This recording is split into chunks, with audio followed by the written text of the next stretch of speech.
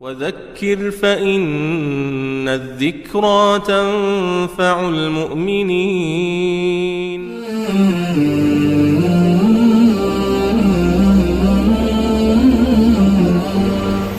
الحمد لله رب العالمين، والصلاة والسلام على سيدنا محمد وعلى آله وأصحابه أجمعين. مسلمانانی بەڕێز، ئیسلام هەموو جوانیەکمان فێر دەکات.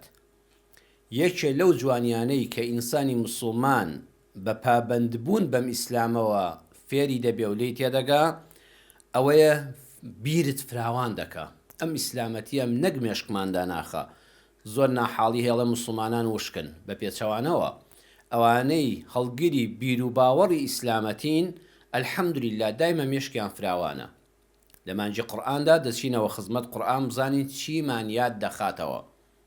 لە سوورەتی ئەززومەر ئایەتی 17 و 18 دا دەفەرمێ: فبشر عباد الذين يستمعون القول فيتبعون أحسنه أولئك الذين هداهم الله وأولئك هم أولو الألباب. مجدبدا بەو بەندە ڕاستەقینانەم کە ئەمە ڕەوشت و سیفەتیانە. يستمعون القول، گوێ لە هەموو قسەیەک دەگرن، لە قسە ناترسن.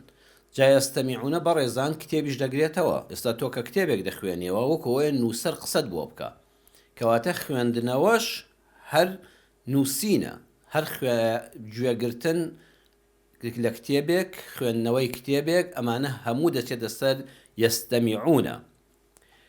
گوێ لە قسەکان دەگری، کتێبەکان، بیر و باوەڕە جیاوازەکان دەخوێنیەوە، تۆی مسلمان ناترسی.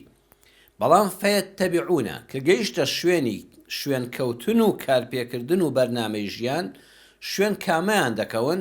ئەحسەنەه، کامەی باشترین و باڵاترینە. ئەمە یادمان دەخاتەوە. لە زنجیرە باسی یادخستنەوەدا عەرزم کردن قورئان ئەم شتە جوانانی ژیانمان یاد دەخاتەوە. بۆ نافەرمێ یەتەبیعونە حەسەنەه. هەموو کتێبێک دەخوێننەوە، هەموو پەیڕۆ و پرۆگرامەکان دەخوێننەوە، هەموو بۆچوونەکان دەخوێننەوە، گوێی لێ دەگرن. بەڵام کە کەوتە سەر شوێن کەوتن و بەرنامەی ژیان و تەمەند بەسەربردن لەگەڵ ئەم بابەتەدا، ئەحسەن هەڵنابژێرن.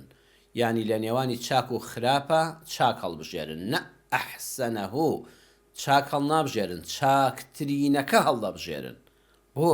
چونکە بەڕێزان تەمەند زۆر کورتە و زوو تێدەپەڕێ.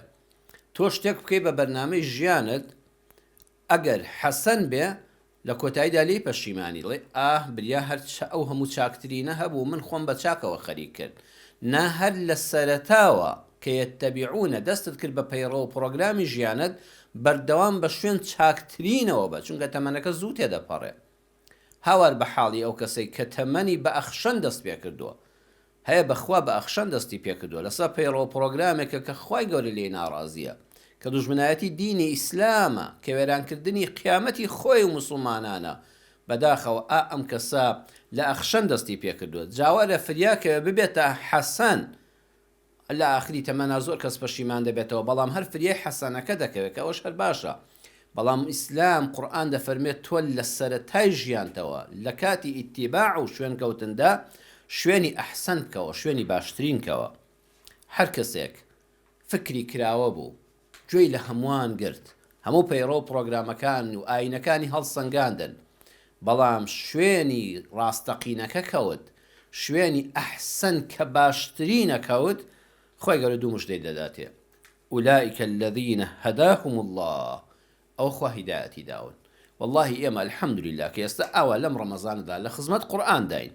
جەناب لەناو ئەو هەموو ئەڵقە و بەرنامە و تەلەڤیزۆنەدا بەدیار ئەم بەرنامەیەوە، بەدیار بەرنامەی مامۆستایانەوە دادەنیشی و لە قورئانەکە حاڵی دەبی، ئەوە نیشانەی ئەوەیە خوا هیدایەتی تۆی داوە. ئەوە هەداهم الله. هەر وەختێک بەردەوام لە خزمەت قورئاندا بووی کە باشترین کتێبە، ئەحسەن القەسەسە، ڕۆمان بخوێنەوە، شعر بخوێنەوە، کتێبی تر بخوێنەوە، ئاینەکانی تر هەڵسەنگێنە، بەڵام کە بوویە پەیڕۆ و پرۆگرام، ئاگال لێبێ لەم قورئانە ئەحسەنتر نییە. ئەوە بەدڵنیا بە لەسەری، لا ڕەیبە فیه، هیچ گومانی لەسەر نییە. خوا هیدایەتی داوی. دووەمیان: وأولئك هم أولو الألباب، ئەوانە بەڕاستی عاقڵمەندن.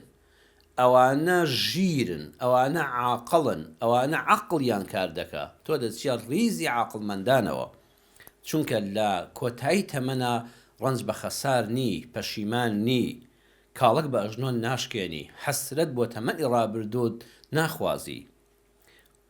بۆیە قسەی کەس بەکەم مەگرە. قورئان یادمان دەخاتەوە ئەوەی بوو بە هۆکاری هیدایەت و وەرگرتنی هیدایەتی پاشا و وڵاتێک پەپوسلێمانکەیەک بوو، هودهودێک بوو. ئەها قورئان عەرزم کردن کە دەیخوێنیتەوە ئێمە چیرۆکە ئەمە تخواوە چییە؟ بەڵام نا، چونکە کەلامی خوایە، هەموو وانەی ژیانە، یادت دەخاتەوە قسەی کەس بەکەم مەزانە.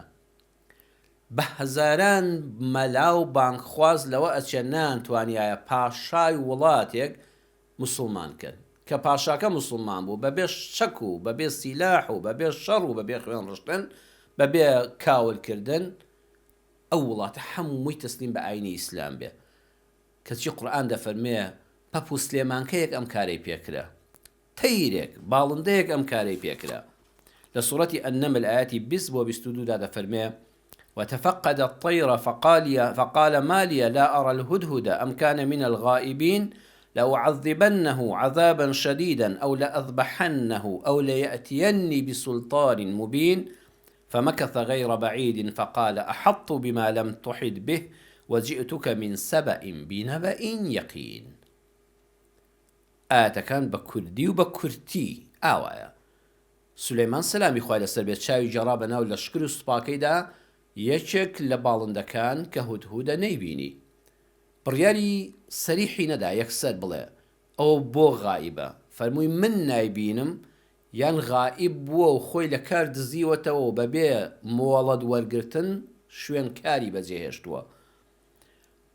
مەرج بێ ئەگەر کەم تەرخەمی کرد بێ و کارەکەی بەبێ مۆڵەت بەجێهێشت بێ تونترین سزای دەدەم، یان لەوانەیە ئەگە زەرەری بە بەرژەوەندی گشتی موسڵمانان گەیاند بێ سەری لە لاشەی جیاکەمەوە سەری ببڕم، یان بەڵگەیەکی ڕوون و ئاشکران بۆ بێنێ، بۆڵە بۆڵم ناوێ وەڵا قوربان وابوو ئاوابوو، نا بەڵگەم دەوێت کە بۆ بەچ هۆکارێک دوورکەوتیەوە.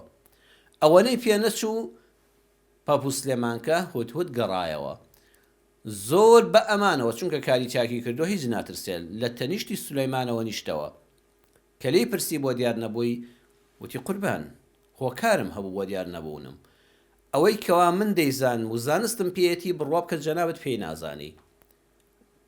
من لە وڵاتی سەبە ئەوە هاتوومەوە بە دەنگ و باسێکی زۆر دڵنیایی زۆر گەورەوە. جابا ئێمە لە زنجیرە باسی یادخستنەوەدا لەم دوو ئاەتە قورئانیە دەرسی ژیان وەرگرین. ئەم بەسەرهاتە قورئانیە پێمان دەڵێ و یادمان دەخاتەوە یەکەم وتفقد الطير،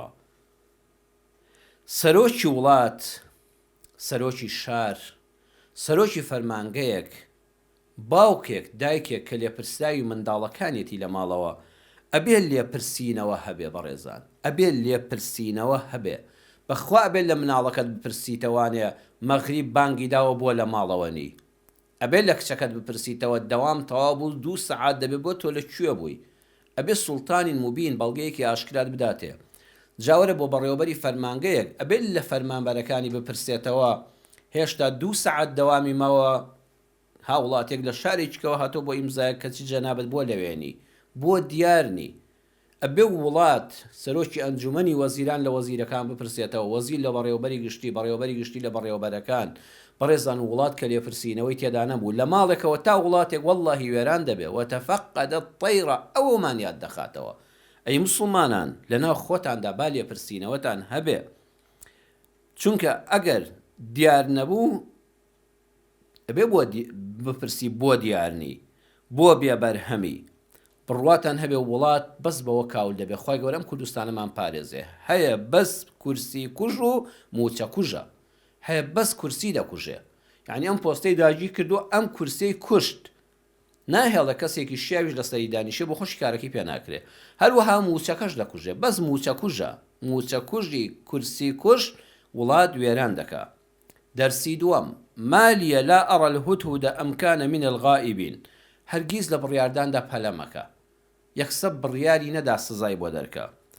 جارێ فەرمووی من نایبینم لەوە چاوی من خۆ هەموو شتێک نابینێ قەرەباڵغیە حەشاماتێکی زۆرە سەربازێکی زۆرە باڵندەیەکی زۆرە لەوە چە من نەیبینم لە پەنایەکەوە بێ ئەم کانە منە الغائبین یان هەر بەڕاستی غائبە هەر بەڕاستی خۆی دزیوەتەوە لە کارەکەی و بەبێ پرس و بەبێ مۆڵەت وەرگرتن ڕۆیشتووە دەرسی سێم وانەی سێم لأعذبنه عذابا شديدا أو لأذبحنه ئەبێ سزای توندی بدەم سزای توندی کار بەدەستی گەندەڵکار ئەوەیە دووری خەیتەوە لە کارەکەی ئەینا بڕواتان هەبێ وەکو پەتا بڵاو دەبێتەوە لە ناو حیزبدا گەندەڵکار بوو دەبێت دووری خەیتەوە لە ئەندامەتی دەریکەی لە ناو حکومەتە لە ناو پۆستەکەیدا گەندەڵکار بوو بەبێ مۆڵەت لێپرسینەوە ئەوانەی نەدەزانی پابەت نەبوو بە ڕێنماییەکان ئەبێت دەریکەی ئەگە دەرن نەکرد وەکو نەخۆشی وایە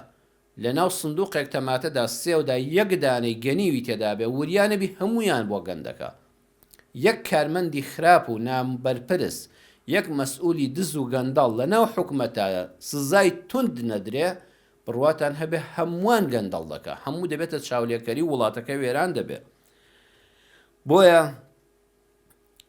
عذابا شديدا ئەبێ سزاکە زۆر توند بێ ئەو کەسانی کەوا بەرژەوەندی گشتی دەخەنە مەترسیەوە بەهۆی کەمتەرخەمی و گەندەڵی خۆیانەوە عذابا شديدا دەرسی ژیان ئەوەی لێوەردەگیرێ بۆ کار بەدەستان نابێ بڵێ ئەم کار بەدەستە خەڵک لێ ناڕازیە لەم شوێنە نەقڵی دەکەم ئەیبەم بۆ شارێکی تر دەیکەم بە فەرمان ڕەوای فڵان شوێن ئەیکەم بە مەسئولی فڵان دائیرەی تر لەبەر چاوی خەڵکەکەدا بەڵە سزاماندا لە کار دوورمان خستەوە سزاماندا دوورمان خستەوە بەڵام سێکی پلەکەیان بەرز کردوێتەوە مدیر ناحەیەکی کەم تەرخەم بووە ساڵک دەینێرنە ماڵەوە ساڵی دوم سەیەکی بۆتە قایم قام خەڵکی ئەم شارە لەسەر ئەم سەرۆک شارەوانیە ناڕازین حکومەت لەبەر چاوی خەڵکەکە سزای دەدا بەڵام دەیبات لە شارێشکە دەیکاتە بەرپرسی شارەوانی ئەوە سزادان نییە عذابا شديدا أو لأذبحنه جار هەیە کەم تەرخەمی کەسێک کە بەهۆی ئەوە وڵات و میلەت کەوتۆتە مەترسیەوە دەبێ بگاتە ئاستی لە سێدارەدان ئەبێ بگاتە ئاستی ئەوەی سەری لە لاشەی جیاکەیتەوە گیانی لێبستێنی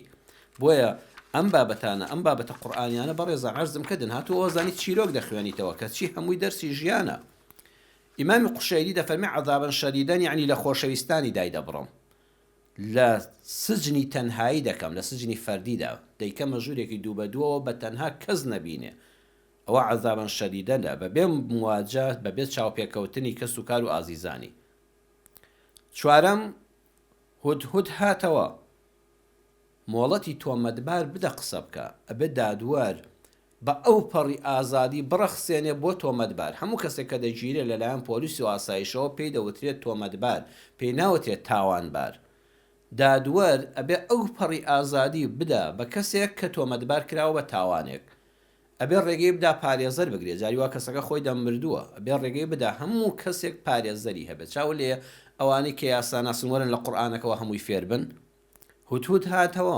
سولەیمان سەلامی خوای لەسەر بێ مۆڵەتیدا فەرمو دیفاع لە خۆت بکە ئەو لە یەتیەنی بسوڵتانی مبین بەڵگەیەکی ڕوون و ئاشکران بخا بەرچاو کە بۆچی دیار نەبووی تۆ بەبێ پرز ڕۆیشتووی مۆڵەتت دووەر نەگرتووە پێم بڵێ هۆکارەکەی چ بوو فقال أحط بما لم تحط به وتی قوربان ئەوەی من دەیزانم جەنابت نایزانی تۆ پێت نەزانیوە نەک نایزانی تۆ پێت نەزانیوە ئەوەی من بینیم ئەوەی من دۆزیومەتەوە ئەوەی من زانیاریم هەیە جەنابت ڕاستە پاشای سەرۆکمانی بەرپرسی یەکەمی بەڵام جەنابت ئەوەت نەزانیوە پەیت پێ نەبردووە سولەیمان لی تووڕە نەبوو بڵێ هەی نەزان شتێک من نەیزانم جا تۆ چی فەرموو بی خەبەر چاو وتی جئتك من سەبەئ قوربان من لە وڵاتی سەبەء گەڕامەوە یعنی دەبێت ناوی شوێنەکە بڵێ نەیگوت لە وڵاتێکەوە گەڕامەوە جا وڵاتی دنیا یەکجار زۆرن نەخێت سەبەء شوێنەکە دەستنیشان کە سنووری جوغرافیەکە لەکوێ بووی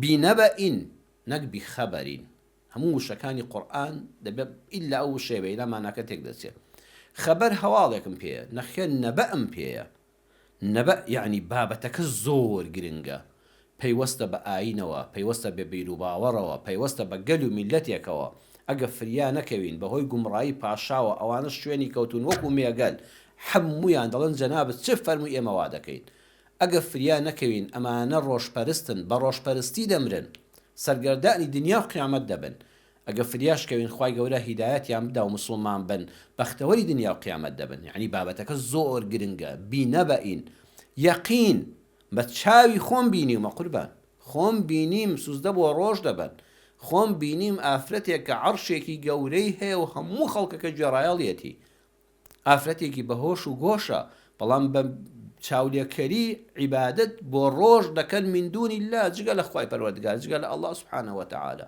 چاولێ نەیوت وەڵا بیستومە بۆیان باس کردم شارێکەیە وڵاتێکەیە ناوی سەبە ئافرەتێک سەرپەرشتیان دەکا ڕۆژپەرستن. نەخێر یەقین دەبێت ڕاپۆرت ئاوا بێ بە چاوی خۆم قوربان بینیومە. ئالێرەدا وانەی ژیانمان یاد دەخاتەوە قورئان. دۆڕاو ئەو کەسەیە بڕوای بە قسەی هیچ کەس نییە خۆی نەبێ. هەمومان لە دۆڕان دەترسین خوا پەناماندا. دەی دۆڕاو ئەمەیە، ئەمە پێناسەکەیەتی. دۆڕاو کەسێکە بڕوای بە قسەی هیچ کەس نییە خۆی نەبێ. سولەیمان نەیفەرموو ناوەڵام چونکە بە چاوی خۆم نەمبینیەوە قەت بڕوا بە تۆ ناکەم.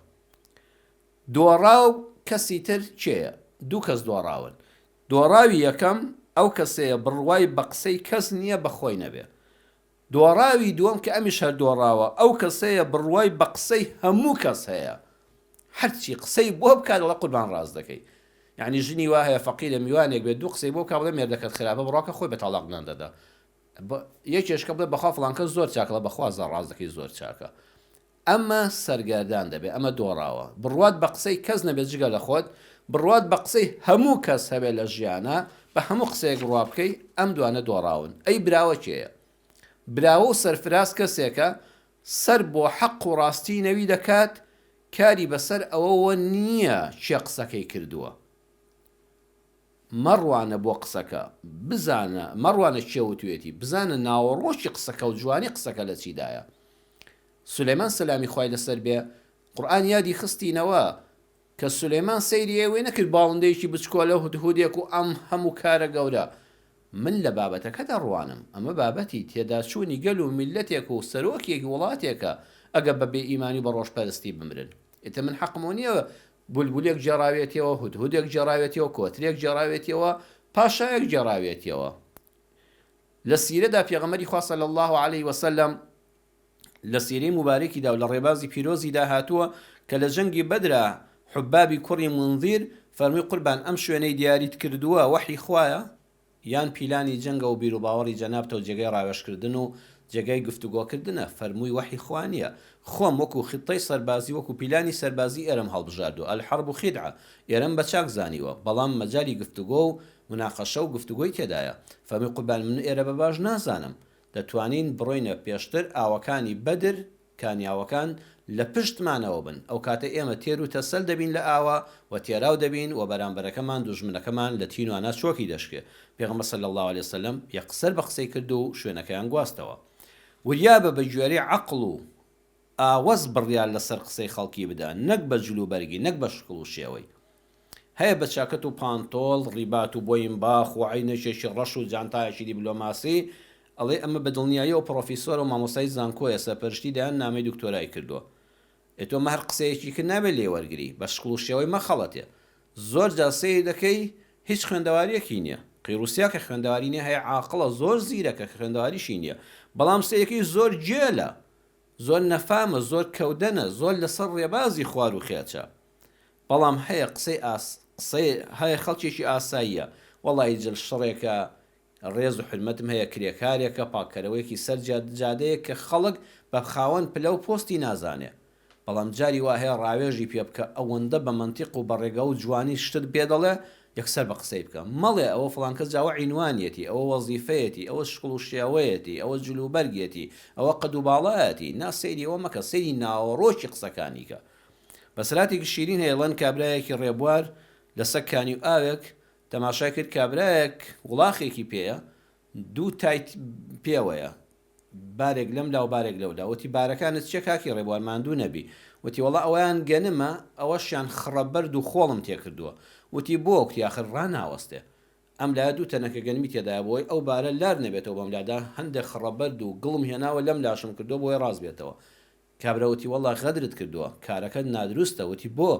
وتی ئەو بەرد و خۆڵ و خڕەبەردانە فڕێدا تاکەی لەگەڵداگرت بارەکەی لەگەڵداگرت وتی گەنمەکە بیکە بە دوو بەشەوە تەنەکەیەک لەم لا و تەنەکەیەک لەولا هەم وڵاخەکە پشتی ئیسراحەت دەکا هەم لە ڕێگادا سەریع دەڕوە هەم ماندوو نابێ هەم ئەم هەموو خڕەبەردەشت بۆ بم بەسە زمان لە هەڵگرتەوە خۆتت پێوە ماندوو کردووە کابراوتی واللهی قەت عەقڵم بۆ شتیوانە دەچوو بەردەکانی فڕێدا خۆڵەکەی فڕێدا گەنمەکەی کرد بە دوو بەشەوە دوای لێ پرسی قوربان جەنابەت مامۆستای ئاینی چ شوێنێکی ڕێز عەشیرەت و لێپرسراوی چ شارێکی وتی والله برا نە مامۆستای ئاینیم و خوێندەواریم هەیە نە لێ پرسراوی هیچ شار و وڵاتێکم کابرایەکی کاسبکاری فەلاحم بۆ خۆم لەو دەشت و دەرە نانی خۆم پەیدا دەکەم وتی هەی ماڵوێران تۆ نە مەلابی و نە پاشابی و نە کار بەدەستبی چۆن ئەم عەقڵت هەیە و ئەم قسە جوانان دەکەی وەڵڵی هەروە خۆی لێ بکەمەوە باشە گەنمەکەی کردەوە لایەکەوە چوو بەردەکانی تێکردەوە سەر پشتی وڵاخی خستەوە بە قسەی نەکرد کەوتی هیچ